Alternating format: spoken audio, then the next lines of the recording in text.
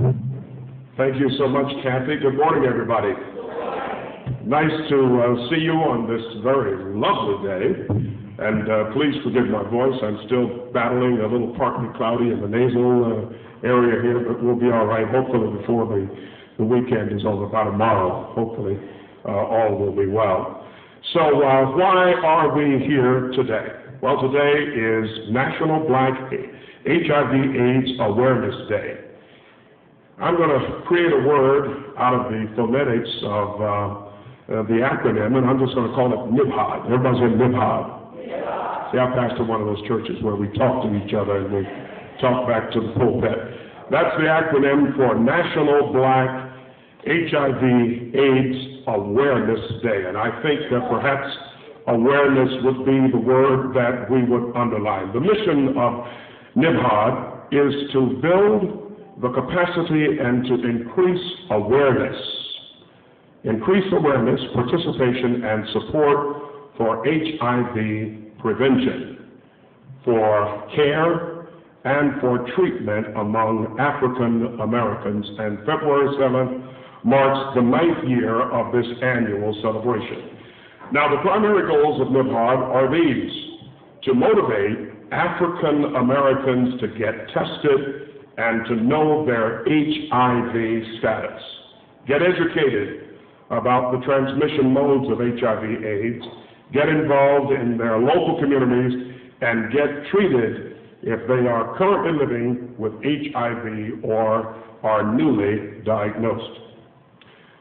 This event today will focus primarily on the Black church, because as you well know, the African American church historically has been the center of the community, serving as schools in the early days after the Civil War, as havens of shelter and safety during the Jim Crow era and the Civil Rights Movement, to taking up social welfare functions addressing issues of poverty, gang violence, drug use, discrimination, and prison ministries. The Black church collectively has done the necessary work over the years to improve the physical, economic, moral, and spiritual infrastructures of decaying Black neighborhoods.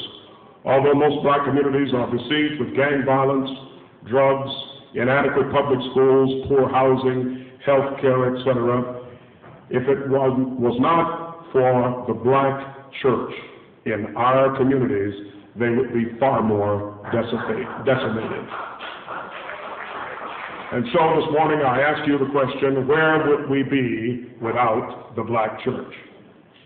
The Black church has to rise up and address this major health crisis that is destroying the African American community.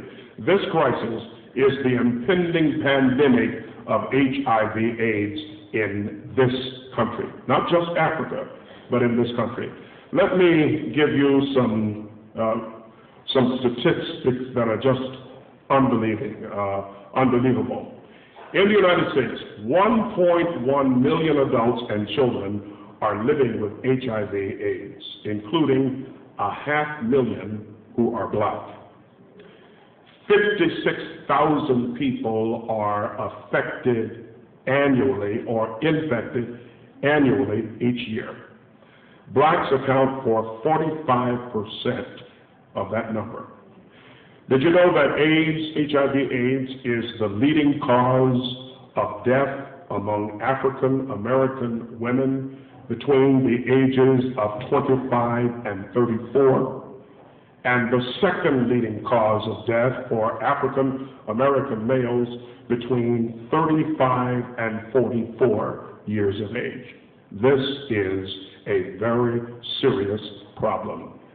African Americans disproportionately bear the brunt of this disease, making up only 12% of the U.S. population, 12% nationally, but 50% of HIV infections. In our nation's capital, Washington, D.C., where Barack Obama now lives, 1 out of every 20 African Americans is HIV positive. These are just staggering statistics. Perhaps most disturbing is the trend in African American teens. Listen to this. Representing only 16% of our population, African American teenagers between the ages of 13 and 19 account for over 69% of new AIDS cases reported. Of the 1.1 million people living with HIV, 25% don't even know they are positive, and over half are not in HIV care. Let's look at southwestern Pennsylvania, where we live, specifically Allegheny County. It is documented that approximately 3,000 people are living with HIV. The operative word being documented. Those are 3,000 documented cases right in our neighborhood here in Allegheny County. We have no idea of the thousands which are affected, and we don't know their status. By the end of this day, at least one person could be infected with HIV in Allegheny County, where we live. Now, this event today is being sponsored by the Pittsburgh AIDS Task Force, and thank God for them. It was established back in 1985 by a group of volunteers in response to the unmet needs of friends, loved ones in this area dying with AIDS. PATF is the oldest. It is also the largest AIDS service organization in southwestern Pennsylvania. Let me see if I can condense this a little bit because we are running behind just a little bit. Today we're being challenged to do the following, and I want all of you to take this back to your local churches, our churches involved. We need to educate ourselves, number one, and be informed about this disease. We need to understand the data and the statistics and the impact that this disease is having upon us. And to make a declaration that we will not allow this menacing disease to destroy our communities on our watch. It is our hope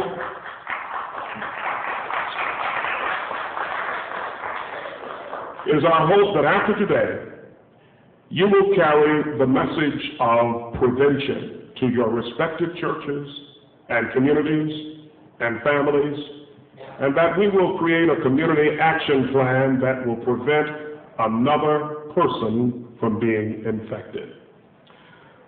This program's observance will showcase some of Pittsburgh's best gospel talent today. They're sitting in this room. We will also feature a video presentation, compliments of ABC News. I worked for years for NBC, but compliments of ABC News. And it will depict the impact of HIV/AIDS on Black Americans.